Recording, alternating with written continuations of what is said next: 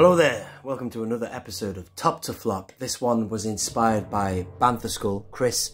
Thank you, Chris, in the live stream for the launch of Last Figure Standing. There was a lot of people voting for Anakin Skywalker for episode 3, and I thought, well man, I'm going to do my best to worst, top to flop for episode 3 Anakin, because undoubtedly it's a figure yet to be nailed. Let's talk about what I think has been nailed so far. I could talk about this first figure till the cows come home. And please do excuse the lighting, ladies and gentlemen. It's very dark today. I'm filming this on the 12th of November. Autumn is kicking in. Daylight is getting less and less. But this, boom, is what I would consider the best looking Hayden Christensen from the era of Revenge of the Sith.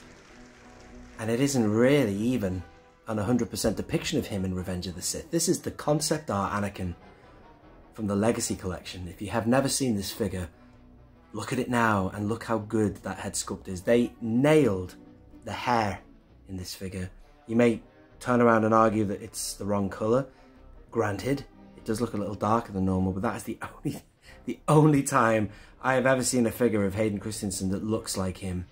And again, the figure is almost an expanded universe portrayal now of what he could have looked like. In fact, I wish he looked like this in the movie, because it could have been in the story that he had gone so far beyond the shackles of the Jedi that he sided with Sidious before the dark side switch even, and he was like leading the crusade again, free of the rules and regulations of the Jedi code. And then that was his slip to the dark side. He was like Revan, like using his power. Come on, he's like saying to the Jedi, why can't we use our power to win this war, kind of thing, you know what I mean? So look at it, you've got the black. Oh, the reason I love it is you've got the black that gives echoes of Luke in Return of the Jedi. You've got a brilliant head sculpt of Hayden Christensen there. And look at the back. I always say this when I look at this figure, that's a beautiful hard goods cape. And that just says Darth Vader to me. From the original trilogy, that is just it. That's the human version of Vader pre-getting burnt up, you know what I mean? And it's a shame he never looked like that in Revenge of the Sith. That is my favourite figure, I've just lost him, of Anakin. And I also have a custom there with a soft goods cape, which I just put a soft goods Vader on there. But it's a brilliant figure. I could talk about that all day, but oh my god, it's falling over a lot, isn't he though? Doesn't usually, I just keep hitting him with the camera. I could talk about that figure all day, but we must press on. Speaking of how he looked in Revenge of the Sith, although he has a massive head, big head, VC-30 and Anakin has to be number 2. It is a fascinating figure. The eyes are incredible. In fact, I've just, because I've got more than one of this figure, I've just popped the head of another one I've got. Look at those eyes, just Sith yellow. But look at him. I've always thought that he looks like he's wearing kind of almost a wig. I think it is like literally a hairpiece that they've plopped on top, which is nice. It gives it layers, depth, but you can't beat it really. Look at that. I have the hood up, but it's a lovely figure. I don't know how I've managed to get more than one of this, because he is quite a lot of money. I hope they don't reissue him, because he's had his run. We need to get a definitive one. There's something wrong with it though. As I say, I think it's the side of the head. He just looks a little bit, I don't know, rock and roll. Although Hayden is pretty darn cool, man. I think he just looks a little bit too, I don't know, 80s rock. I don't know, 80s band dropout or something. I don't know what I'm trying to say.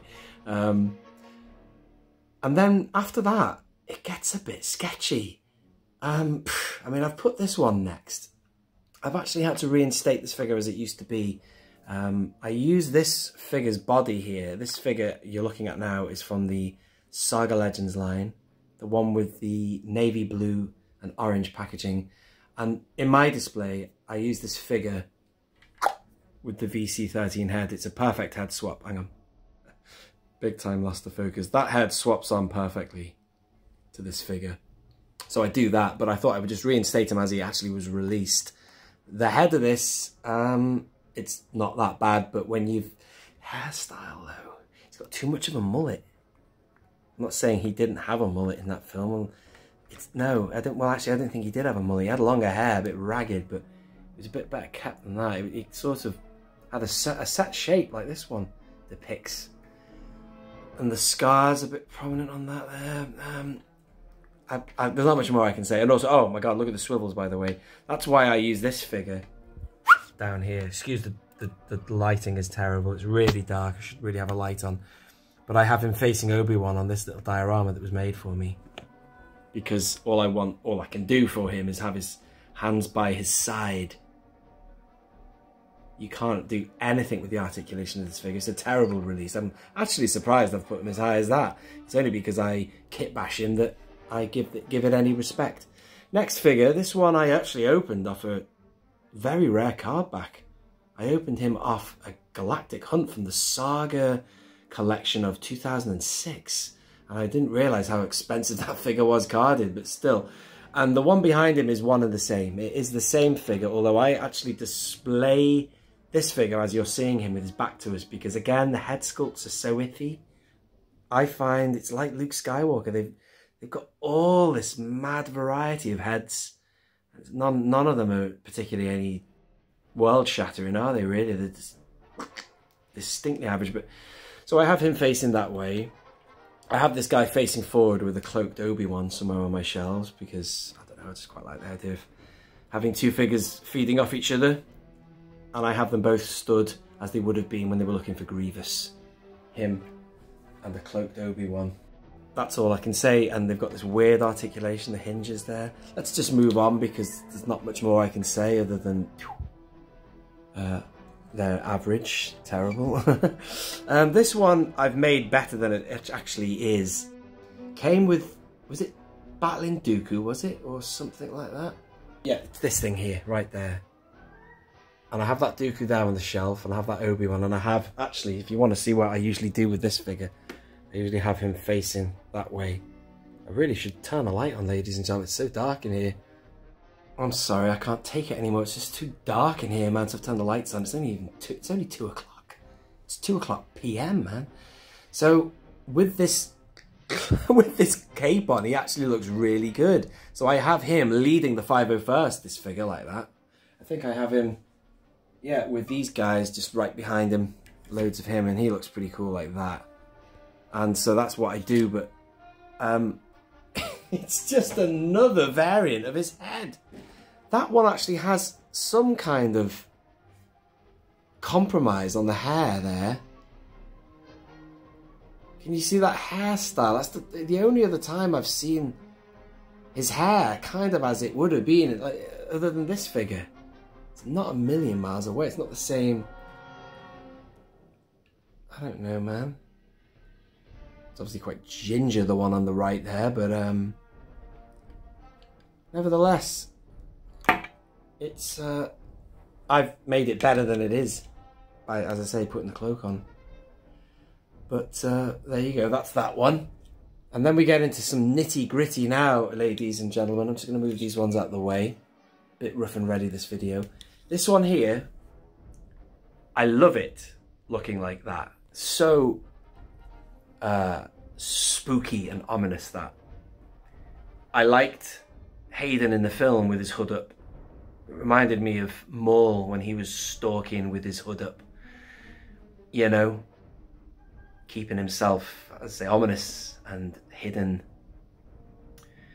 That's all this figure is good for. This is a kind of 2 figures in 1 figure, if that makes sense. And, oh, for God's sake, the focus is doing my nutting, ladies and gentlemen. Thank you for sticking with me. Inside this figure is burnt up Anakin, or Vader by then, and that's here. So you can kind of like fit him, you can swap the arms or something like that. I can't find the head, but there's a swappable head as well to go with this charred up head here. And what you do is you put the hood over it, and then you've kind of got like a pre-burnt Anakin and a charred Anakin. Inside this figure though, I've put this hood, because that's what I like about it, and I have him looking towards younglings actually on my shelf. Like, about to kill them. Master Skywalker, there's too many of them. I have him literally on the shelf, facing younglings. Not those younglings, some of the ones I've got. But that's all I do with it. But inside, let's introduce the next Anakin figure. See that one there? That's a 5POA one. I've actually done a little bit of, I think I dabbed some red on his eyes to make him look all messed up like he is at that stage of the movie. And then that brings us to this one. Now, again, this is a terrible, well, it's not a terrible figure, but it is not the best. It's the same figure. I put that cloak on. This is a 5POA Anakin. At the time when the 3 3/4 inch was in absolute dire straits, in a terrible mess it was. The line was just dead. They were pumping out 5POA figures, really cheaply made. And what I've done is I've put this cloak, which I did paint it. Oh, it's getting very dusty. Oh God. Yeah, these lower Revenge of the Sith shelves are very dusty. People do ask about the dust on my shelves, and the answer is they don't look dusty, but the ones on the lower shelves, these are my prequel shelves here, ladies and gentlemen. Revenge of the Sith is a mess at the minute. I need to sort it out, but the lower shelves are the ones where you see more dust. So I took this One Kenobi hard goods cape, cloak, whatever you want to call it, which is a nice hard goods cape, that. I painted it a darker colour, and I put it round this figure. So again, on the shelf, he's facing away from me. And I actually have these two together. I love that scene when they're talking. Yes, but use your feelings, Anakin. Something is out of place. You know what I mean? So they're kind of like equal. Again, I like my figures. God, he looks so dusty. I like my figures to be balanced. So you've got hard goods and hard goods together, and then I'll have two soft goods together or whatever. So that's how I display that. But the figure is all right, but he's very pasty. Can't even see him at all. The focus is so bad. He's very pasty. Oh, come on. Getting bored now with the focus not working. He looks very pasty, but it's not a million miles away actually from Hayden Christensen actually. Wow, God, I tell you what, that bloody head sculpt looks a lot better than that one. I hate that head sculpt. And you know, some of these are so iffy. Anyway, so that's that one. And the penultimate to last is this one, another figure I have facing away from you because I want you to see how I use him on the shelf. But I have him looking towards the Palpatine figure, you know, with the Palpatine wearing the pink robe. I know what's been troubling you. You're the Sith Lord. I use him for that because if you look at him this way, bruh, I mean, oh my God, that is... Bruh. What is that? Is that like goth metal band Anakin Hayden Christensen? Wow. Look at him. Halloween, man. Who the hell thought that was a good idea to paint him like that? He never looked like that in the film. God. Look how dusty he is, ladies and gentlemen. You can tell I did this video on the fly. But again, he looks alright from that angle. God, there's a lot of figures of Anakin that I have his back to us. You know what I mean? Or sideways on or something like that. But speaking of which, I must do a video on that. I'd like to show you all the figures, the best figures to turn away. Because some figures are terrible from the front, but you turn them away and they look magic, like that one right there. I will make that a video.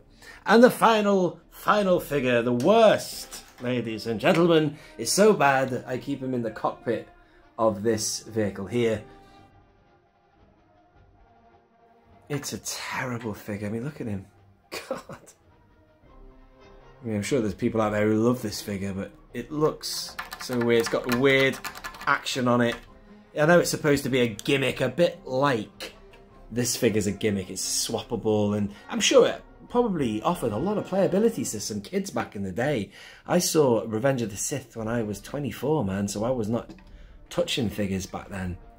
I don't even think I was collecting. Not properly anyway. But for kids, I'm sure this was a lot of fun. Comment if you were a child who played with this when you were like, I don't know, less than 10 years old. But for me, in my collection, all he's good for is sitting in a cockpit, man. You know what I'm saying? Ladies and gentlemen, I'd like to apologise. I don't know if I'm going to use this video actually because of the fact that the focus and everything has been so shocking. But alas, I've got to the end now, so I think we'll just sort of say goodbye there. But this, oh, if you're going to do a Revenge of the Sith Anakin Hasbro, please make it as good, if not better, than that head at least. Ladies and gentlemen, this has been Only One Kenobi. Only one. Out.